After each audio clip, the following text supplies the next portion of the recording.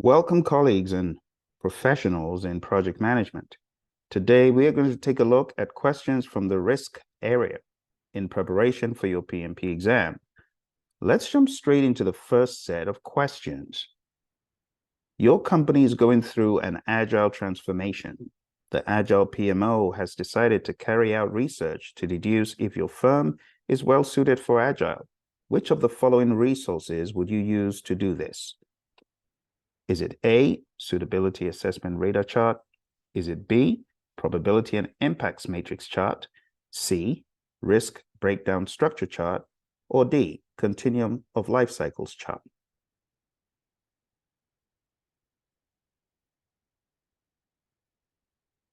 Do hit the pause button if you need more time. Now, using the process of elimination, it says, going through an agile transformation. How do you know if your firm is well suited for Agile? This is very specific.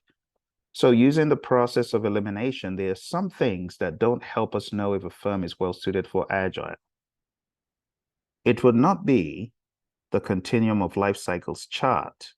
This looks at project suitability generally, but it's not the best answer either. C, risk breakdown structure chart, is not a good fit to help know if your firm is suited for Agile. Probability and impacts matrix is helpful when computing a risk score, so it's not that. The best answer is A. It's the suitability assessment radar chart. This is talked about in the Agile practice guide. Agile practice guide, and the page is 126. Let me see if I can help you recall this chart. Remember the radar chart that looks like a spider web, and it's got three main categories. It's got culture, it's got team, and it's got project, and there are ratings to see if the culture is suitable, if the team is the ideal size, and if the project has high rates of change. So take a look at page 126 in the Agile Practice Guide for context. Next question. Teams use stand-ups to micro-commit to each other, uncover problems, and ensure the work flows smoothly through the team. What is a question that you could ask at the daily scrum? Is it, what did I complete since the last release? Is it what I am planning to complete between now and the next release? Is it C, what are my risks or problems? Or is it D, what am I planning to complete before the next sprint? I'll give you some time to think about it.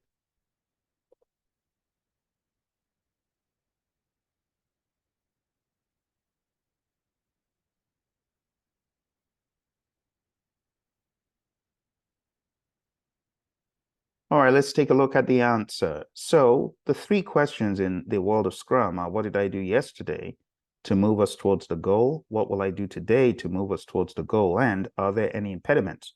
So which of these fits the bill? It's not about releases, so that immediately disqualifies A and B. You see the word release, you got to be careful with that. And the final one, what am I planning to complete before the next sprint? That doesn't make sense. That is not what the question is. The only one that syncs best is, what are my risks or problems? In other words, what are the impediments? So the best answer for this one, my friends, is C. What are my risks or problems? Again, if you go to the Agile Practice Guide, remember, everything is not verbatim in every single Agile publication, but in the Agile Practice Guide, this is the third question on page 53. What are my impediments, in brackets, or risks or problems? You do know that a risk is an impediment waiting to happen. Well, it's also good to capture these at the source in these meetings. Not that you will solve the problems in the meeting, but capturing risks and impediments just makes sense. Let's move on to the next question. You are a PMO manager in your firm. You're working with one of your project managers on a process to ensure that the degree, type, and visibility of risk management are proportionate to both risks and the importance of her project to the organization and other stakeholders. How can you best explain this? Is it A, this is risk planning? B, this is risk implementation. C, this is risk identification. D, this is risk monitoring. What do you think?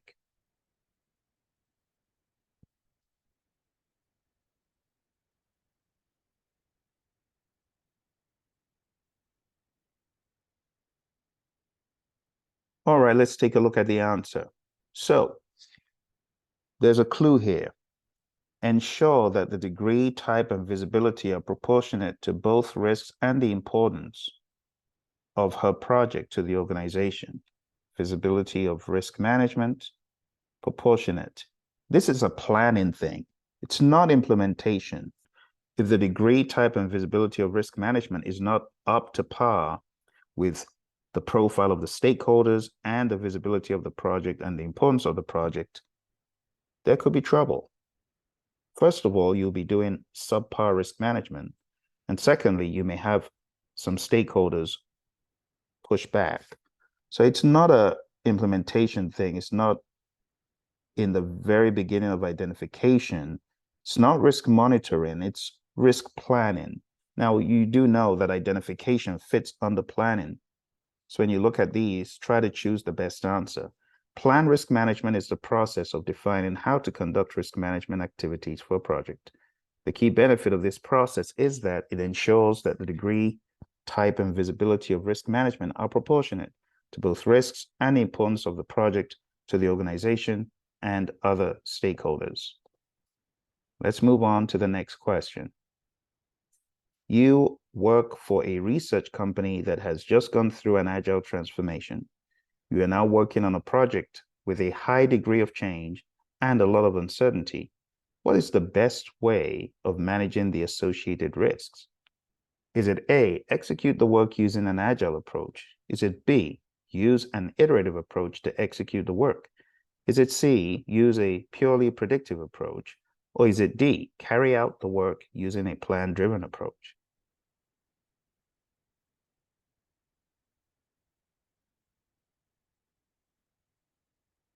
All right. Hit the pause button if you need more time. So it says you've just gone through an agile transformation. Common sense immediately should ask, why would you want to go back to using purely predictive? That's suspicious, right? It says the project has a high degree of change and a lot of uncertainty. This is a recipe for agile all day long. It wouldn't make sense to go predictive or plan-driven. It wouldn't make sense to go purely iterative because iterative delivers one time. Iterative is not the same as agile. So that's more like a trap. And remember, when you have on that continuum, or I should say in that Y and X axes, you have requirements uncertainty, and then you have the technical uncertainty. And you have anarchy over here, you have complex over here, and here you have the simple zone. That's the stuff I'm talking about, okay? So I hope that makes sense to you. With that said, let's move on to our next question. Here's your next question. You are working with the product owner and the developers to place certain risk items in the list of things to do. Which of the following best describes this concept?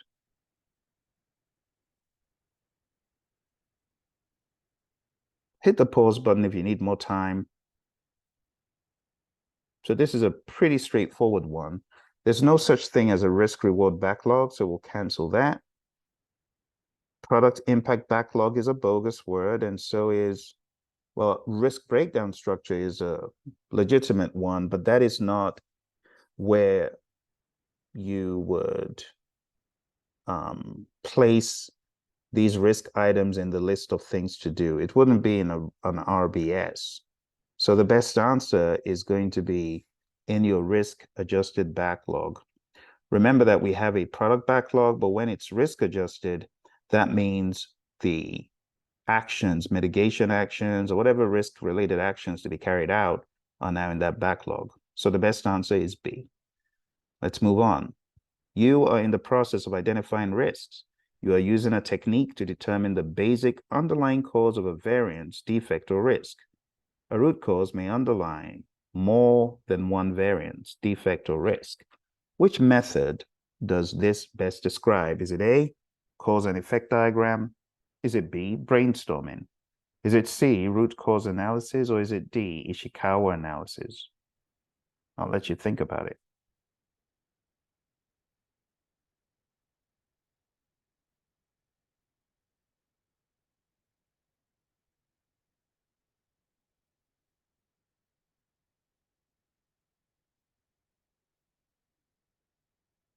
So let's move on to the process of elimination. Ishikawa analysis, it's not typically the term you would use for an Ishikawa diagram, but assume it was. An alarm bell should go off in that A, cause and effect diagram, and D, Ishikawa diagram pretty much mean the same thing. So if you want to say Ishikawa, cause and effect, you're saying the same thing. That's a red light. It's not those because there's a more precise one. And while brainstorming is good, the best answer in this case is C. It's a root cause analysis, and you can read this directly in PMBOK 6, page 415. And it says root cause analysis is typically used to discover the underlying causes that lead to a problem and develop preventive action. It can be used to identify threats by starting with a problem statement and exploring which threats might result in that problem occurring. The same technique can be used to find opportunities by starting with a benefit statement, for example, early delivery or under budget, and exploring which opportunities might result in that benefit being realized. All right, let's move on to the next question. Next question here. Descriptive terms such as very high, high, medium, low, and very low, or numeric values can be used for probability and impact when creating a probability times impact matrix. Which term best describes this numeric value? I'll give you some time.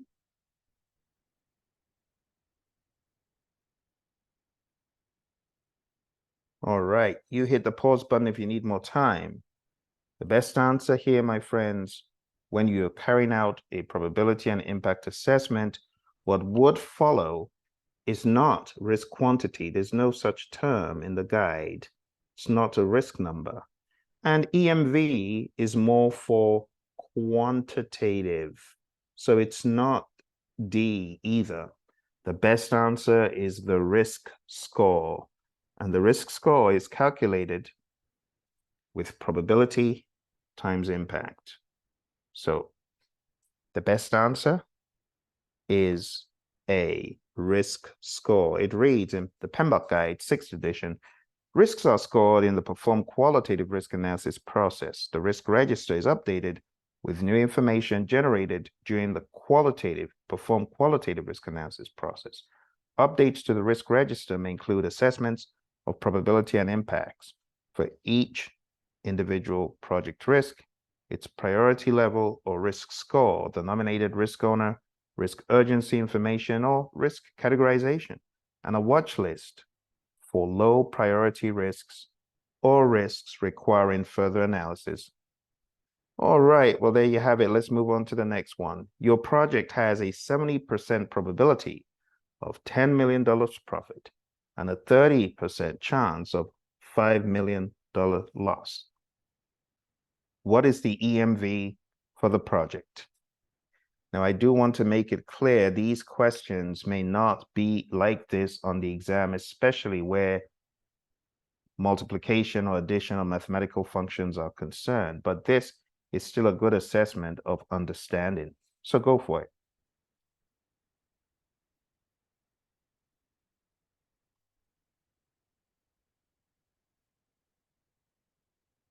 All right. So expected monetary value is probability times impact. You need to do this for both the chance of loss and the chance of profit. You're going to have 0.7 times 10 million, and that gives you 7 million. And then you're going to have 0.3 times minus 5 million, because we're dealing with a loss, and that will be minus 1.5 million. You add them together, it becomes 7 minus 1.5. And from there, you derive the answer. Now, I'm curious, did you get the answer that I'm showing on the screen? The answer is 5.5 million when you do the addition of both variables. So the answer should be A. All right, let's move on, my friends. You are in the process of determining which individual project risk or other sources of uncertainty have the most potential impact on project outcomes. Which method does this describe? I'll give you a few moments.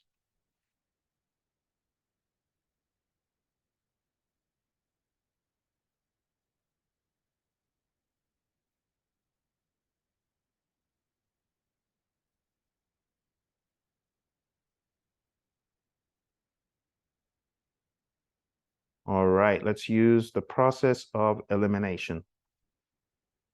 So it says the method for determining the risks that have the most potential impact. It's not risk forecasts. And while simulation, in a sense, is not a wrong answer, it's not the best answer because we have to be precise about the tools and techniques that are best. It's also not decision tree analysis, even though one could argue that that could give some insights. But the very best answer is sensitivity analysis. Remember, we talk about the tornado diagram and how that is an example of sensitivity analysis. The length of the bars show you which risks are most sensitive. In other words, which of these risks could greatly affect the project most? So the answer is A. This analytical technique, sensitivity analysis, is used to determine which individual project risks or sources of uncertainty have the most potential impact on the project's outcome by correlating variations in project outcomes with variations in elements of a quantitative risk analysis model is the word. All right, let's go ahead and let's move on to the next one. The product owner removed 5 stories from the product backlog after meeting with the stakeholders. Which risk response strategy is this? Is it mitigate, accept, avoid, or transfer?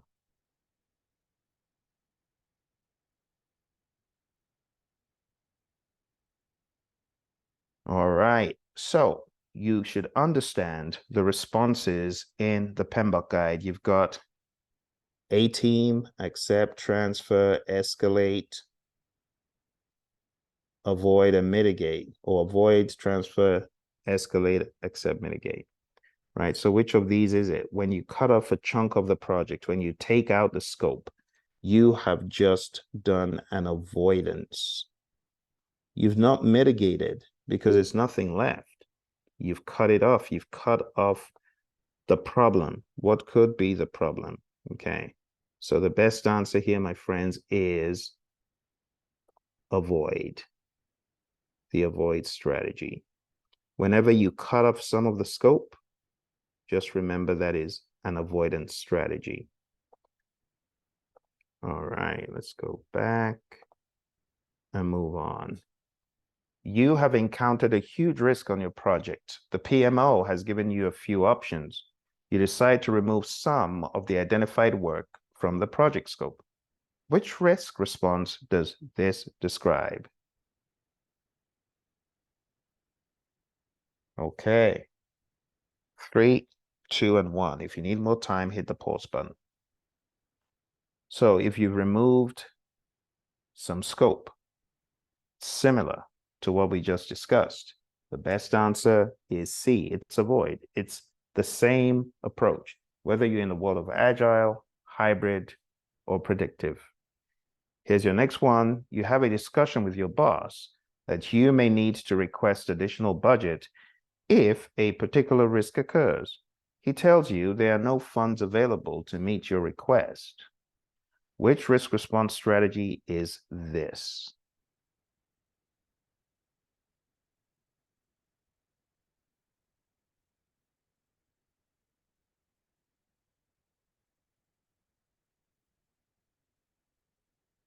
All right, let's go ahead and check out the options. So, asking for additional budget if a risk occurs. You see, that's the key word. If this happens, I'll need to ask you for this. I may need to ask you for more money if this risk happens because it's reactive, it's not proactive. So it's not mitigate and it's not transfer. So it boils down to two. It's one of the accepts. Is it active accept or is it passive accept? It's got to be one of them. Which one did you choose? If you chose passive accept, you are correct because there are no funds available. Active accept would have been putting funds aside. Okay, so passive accept is the best answer. Acceptance can be either active or passive. The most common active accept strategy is to establish a contingency reserve, including amounts of time, money, or resources to handle the threat if it occurs. At this point, though, nothing is being done. Here's your next question. The product owner has decided to conduct one or more rounds of backlog preparation in order to deal with the ambiguity that surrounds some of the requirements on the project. Which risk response strategy is this? All right. Hit the pause button for more time.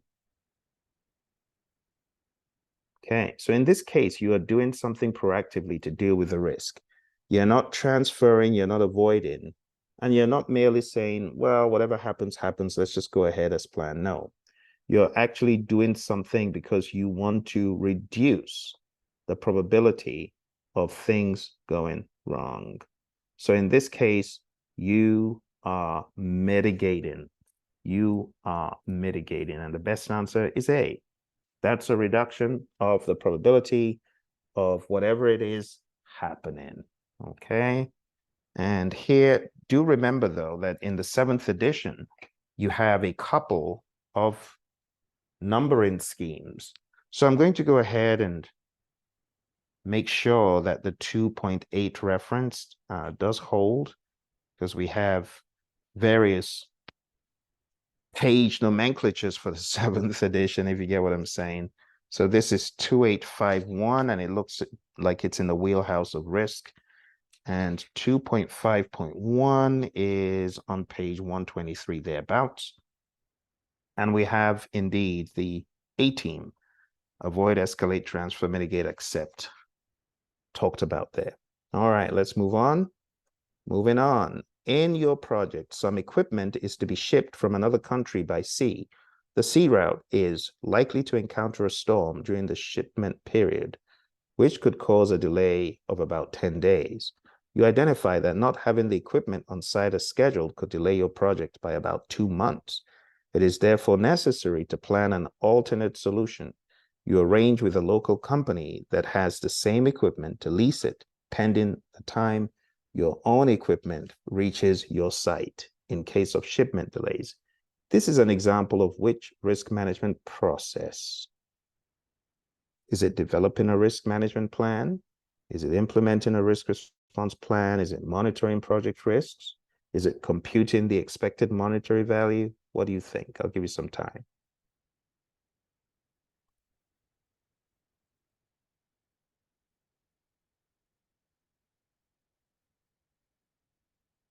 All right. So let's take a look at the language. You arrange.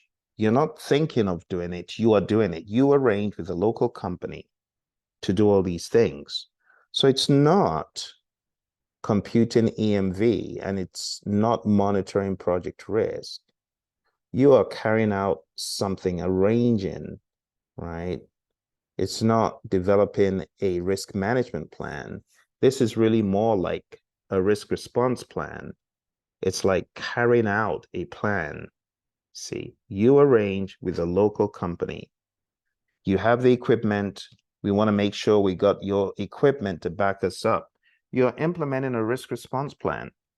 What you're doing is you are trying your best to stem the tide, the impact, if that risk happens. So in essence, you are implementing a risk response plan, some sort of mitigation measure. Can't totally avoid it, but you could mitigate it.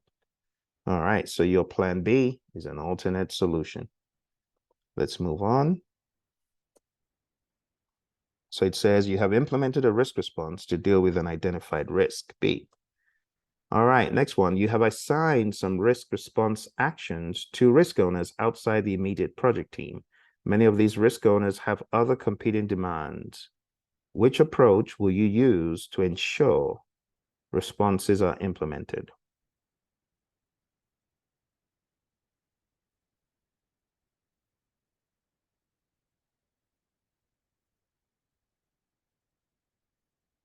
All right, let's use process of elimination again. You want to make sure that the responses were implemented. Coercion or punishment is never the best option. You can't say, I'm going to ensure that you do this by punishing people if they don't. No, that's not the route we take. A mere stakeholder matrix is not really clear. Maybe it's a stakeholder engagement assessment matrix, but again, that in and of itself is not enough, right, to ensure responses are implemented. Doesn't make sense to choose that. So it wouldn't be stakeholder matrix. We've got two options. We have risk audits and we have influencing.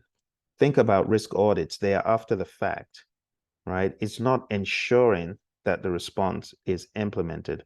A risk audit checks the effectiveness of your risk strategy or your risk approach in general. But when it comes to influencing, that is leadership.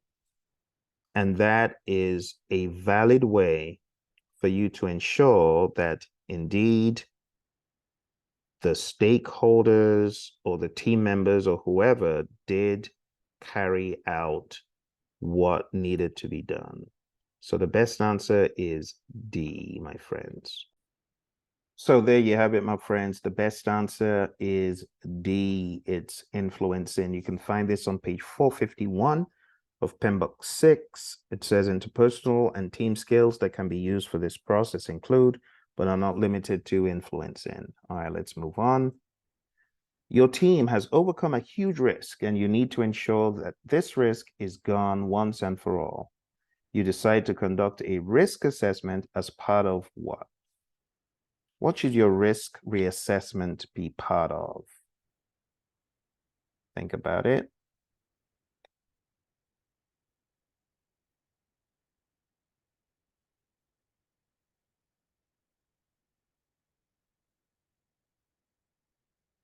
All right. So the options that you have here, you've got retrospective, risk review meeting, risk planning meeting, risk execution meeting.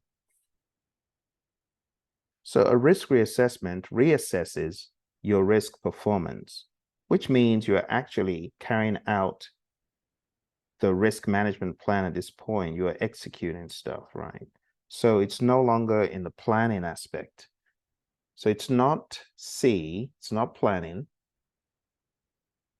It's not a retrospective because that will be after some rounds of execution, right? This needs to be done as proactively as possible. So you've got B and D. Would you say this is done in risk execution meeting? Well, there's actually no such meeting. There's risk planning meetings, a risk execution meeting. It's actually not really a thing. The best answer, according to the PMBOK Guide 6th edition, based on the actual language, the lingo that we use, is risk review meeting. So risk responses are carried out quite all right, but then we have a point in time where we ask, was this the best response? Was this a worthwhile approach to our risks. Was this good or not? So the best answer to this, my friends, is option B. It's a risk review meeting. And you can find this in the PMBOK Guide, 6th edition, under the tools and techniques there. We do have risk review meetings talked about on page 457 of PMBOK 6. And it says meetings that can be used during this process include, but are not limited to, risk reviews. Risk reviews are scheduled regularly and should examine and document the effectiveness of risk responses in dealing with overall project risks and identify individual project risks. Risk reviews may also result in identification of new individual project risks, including secondary risks that arise from agreed upon risk responses, risk reassessment of current risks, the closing of risks that are outdated, issues that have arisen as a result of risks that have occurred, and identification of lessons to be learned for implementation in ongoing phases in the project or in similar projects in the future. So a bit of a mouthful, but go on and check out page 457 in the PMBOK Guide, 6th edition. All right, here's our next question, and it reads, you are in the middle of an analysis to compare technical accomplishments during project execution to the schedule of technical achievement. You realize a possible risk associated with a scheduled task. So you build in a contingency into the schedule and monitor contractor performance. Which response does this best describe? I'll let you think about it for a bit. Is it avoid, transfer, accept, or mitigate? Think about it.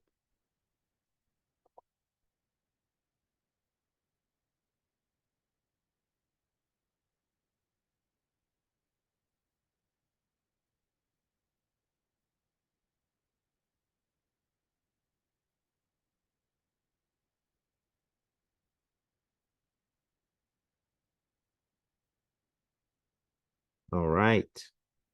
So there's a trick to this, my friends. Anytime you see contingency as part of a risk measure, you need to understand that contingencies are always associated with after the fact action. So the best answer to this is accept. When you accept a risk, you could at the same time say, well, if this risk happens, let's build in a contingency. Or you could say, let's build in a contingency to cushion whatever happens, but you're not doing anything proactive. You are accepting. The only thing you're doing is putting money aside. So we could say that is a little bit more of an active accept, but in reality, it does not equate to a mitigate action, if that makes sense. When you're using a contingency, it's as though you're saying, okay, whatever happens, happens. We're just going to accept it, right? When you mitigate, you're doing something proactive to stem the tide, to either reduce the probability or the impact, or if you take the avoid strategy, you're actually avoiding the risk altogether, right? You're preventing the risk from happening. So this, again, you can find this in the PMBOK Guide, 7th edition this time, and it's under 2.8.5.1, that whole narrative about accept. And it says, actively accepting a risk can include developing a contingency plan that would be triggered if the event occurred. So this is more of the accept clause than anything else. All right. With that said, my friends, we are going into our next zone where we take a look at some additional situational questions of a more exam stringent level. The language is always different in these, and this one reads, as a project manager in the construction industry, you are leading a project to build a new commercial complex.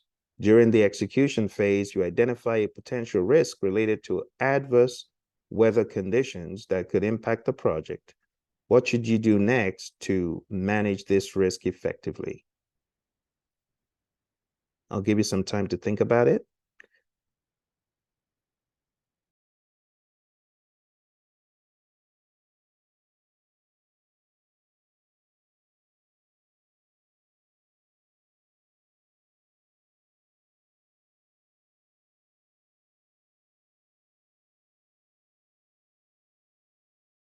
All right, well, let's take a look at the options here. You have A, assess the probability and impact of the adverse weather conditions on the project. You have B, develop a contingency plan to mitigate cost overruns caused by adverse weather conditions. You have C, communicate the risk to the project stakeholders and seek their input on addressing it. And you have D, update the project management plan to include additional resources to expedite construction activities in case of weather-related delays. Now, taking a look at these, there are some that are great, but they shouldn't necessarily come first. What are the steps in risk management? Identify the risk. You could look into identifying the root cause and the effect. But after you identify risk, the next thing is to do qualitative risk analysis and then quantitative risk analysis. So here, the question is just saying you've identified a risk. This is pretty much just, hey, this could happen, right? You've identified a potential risk. You haven't done anything else. You've not done a qualitative risk analysis. And the qualitative risk analysis is assessing the probability and impact. Developing a contingency plan will be planned risk responses. Too early to do that. Communicating the risk to stakeholders and seeking their input is like, mother may I. Why do you need to do that when you're capable, right? That would not be the best option in this case. And then update the project management plan is something that would follow after approval, after agreement, but it's not what you would do first. And it says to include additional resources to expedite construction activities in case of weather-related delays. That is presumptuous. Okay, so the best answer in this example, in this question, my friends, is A. I know B looks very appealing, but you wouldn't jump into a contingency plan without really understanding what if the probability and the impact are very minuscule, because the question just says you identified a potential risk, right? It didn't say if it's a big risk or big probability or big impact. So the best answer is A. A little bit on the slimy, tricky side, I know, but you got to get used to seeing some of these. That definitely will trick some folks up.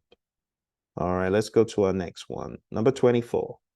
You are a project manager in the biotechnical industry, overseeing a research project to develop a new medical treatment. During the execution phase, you identify an overall project risk associated with regulatory approval delays, which could impact the project's outcome and viability. What should you do next to manage this risk? I'll let you think about it for a bit.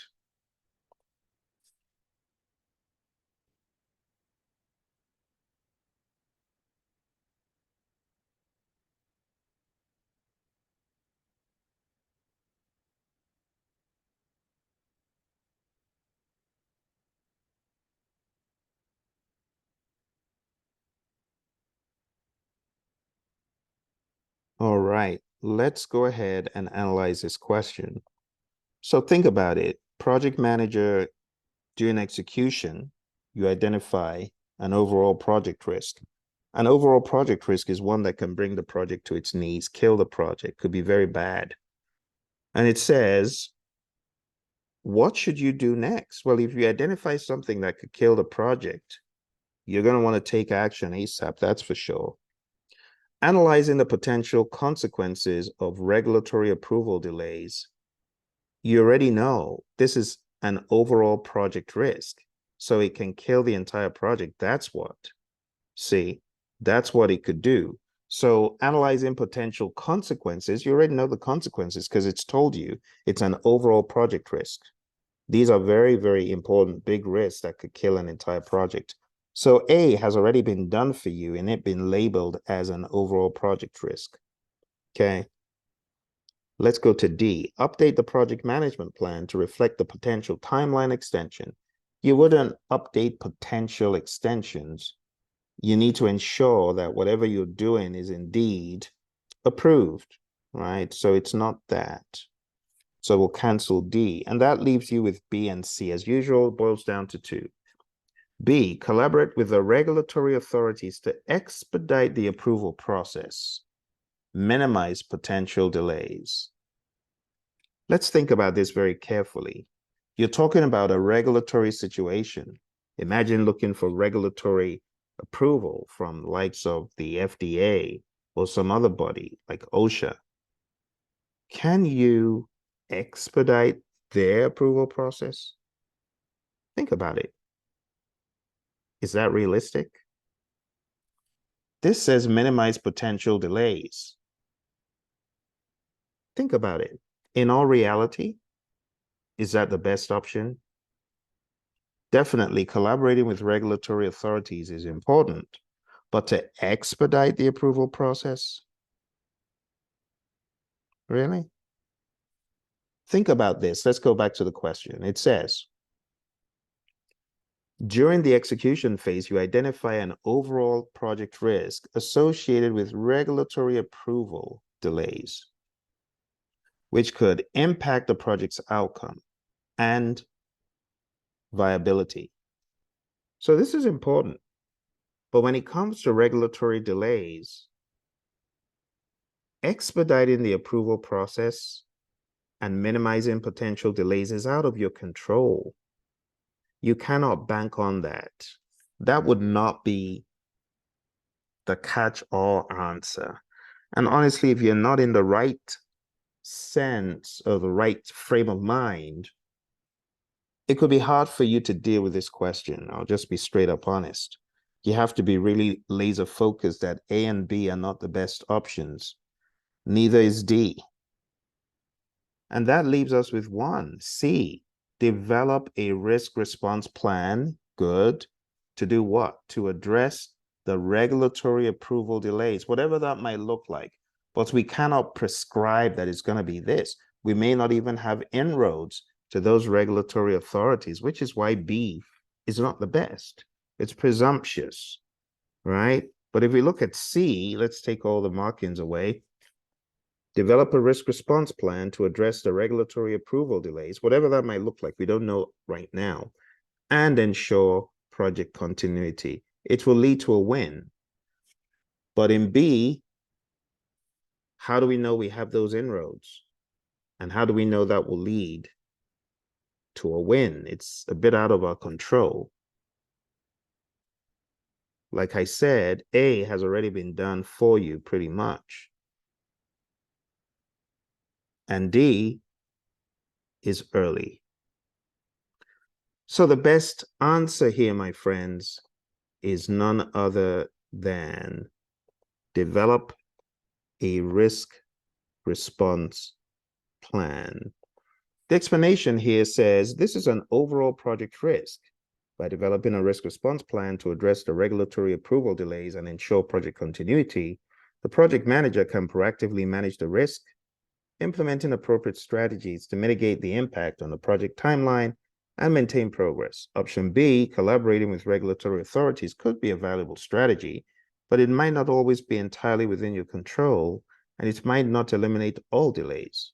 Therefore, it should be part of your risk response plan rather than the immediate next step, given that the consequence of regulatory approval is already known to be the potential impact on the project's outcome and viability. Most appropriate next step would indeed be to develop a risk response plan. All right, these questions, like I said, are a cut above. They make you think, And they are definitely a whole lot more difficult. They up the ante, but it puts you in that exam state of mind.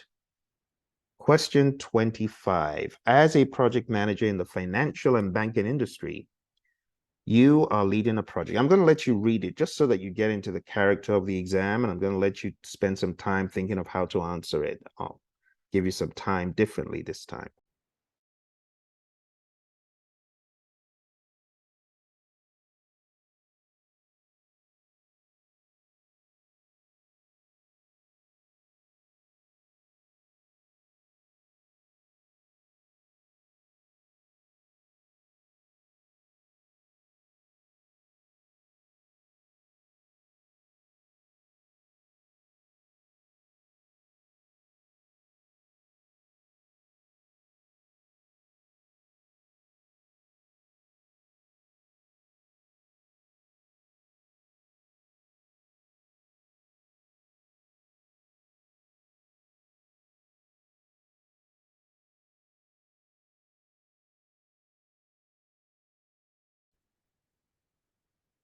All right, so let's examine the question.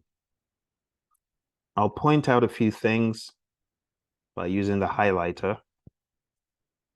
As a project manager in the financial and banking industry, you are leading a project to implement a new digital banking platform.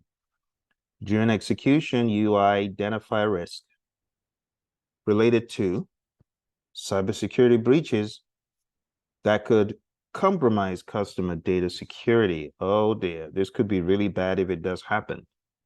What should you do next to manage this risk effectively? Keyword, effectively, and next.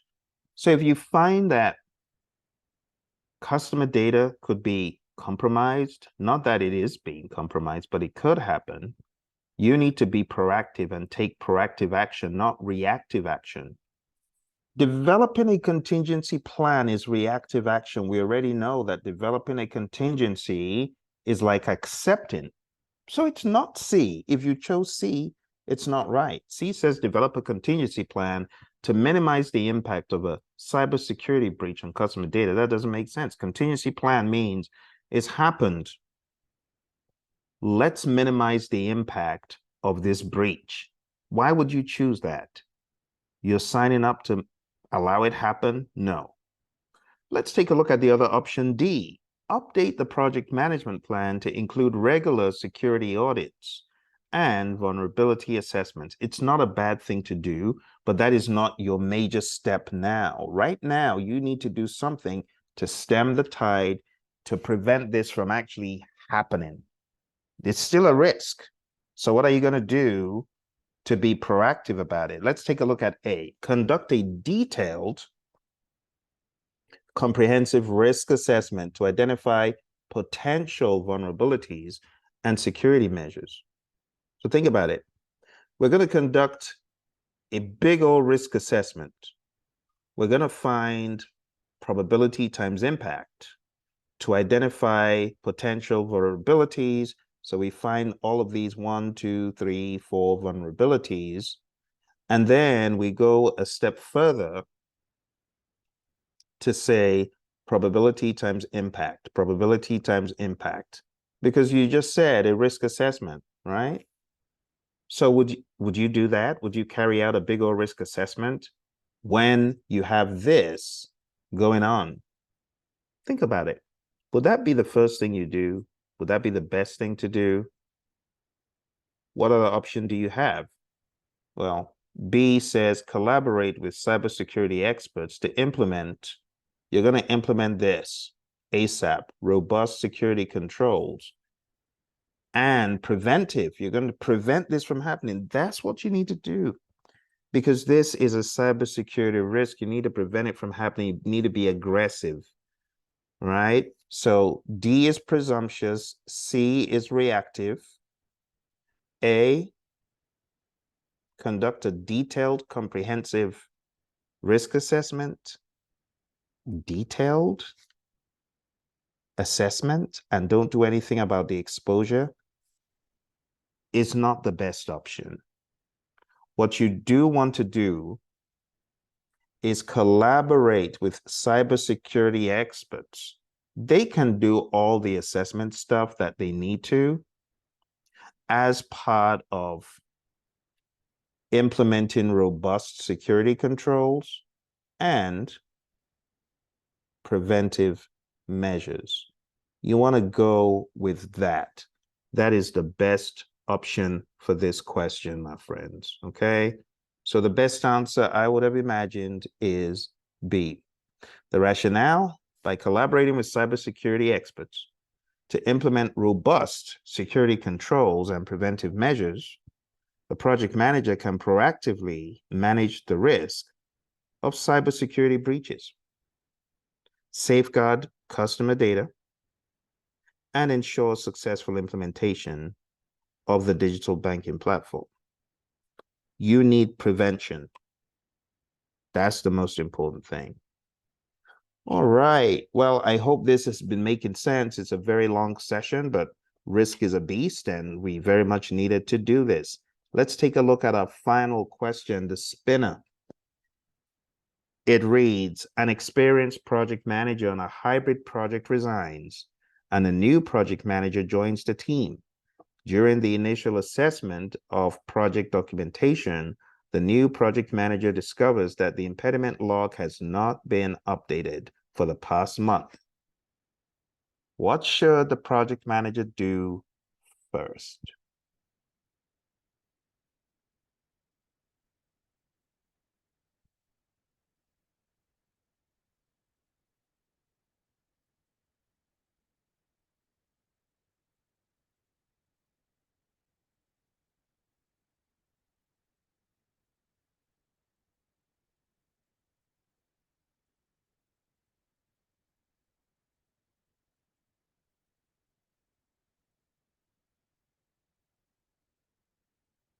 All right. Well, let's round this up.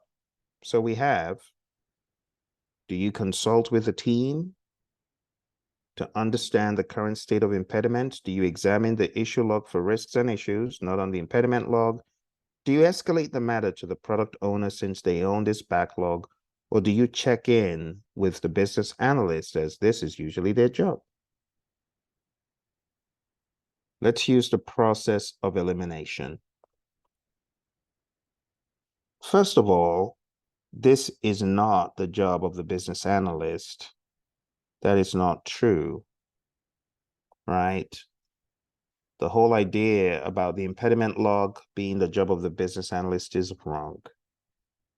C says escalate the matter to the product owner since they own the backlog. Again, it's not true. When it comes to the impediment log that we have in this question, it's not the same as a product backlog. So you see how they're trying to put words into your head.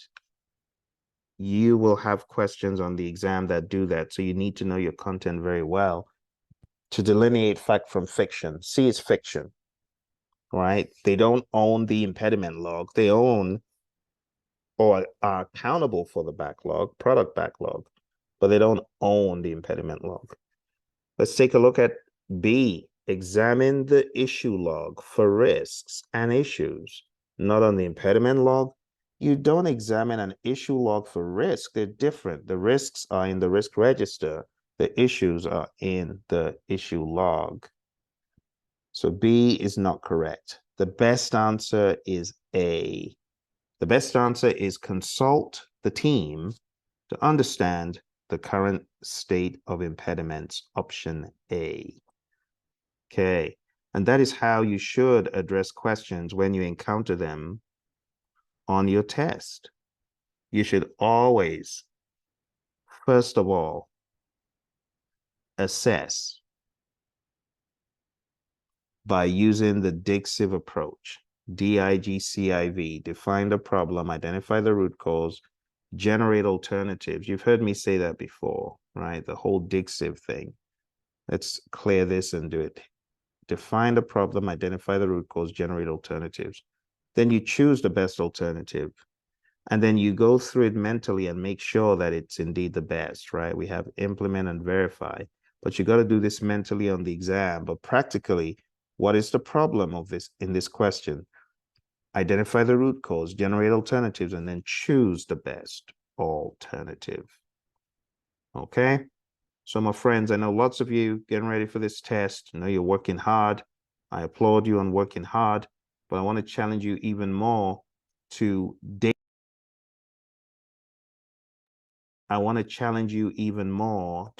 daily hit this content. Go hard at the content. If you need help, you need assistance in any way, go on down to the Praizion.com website.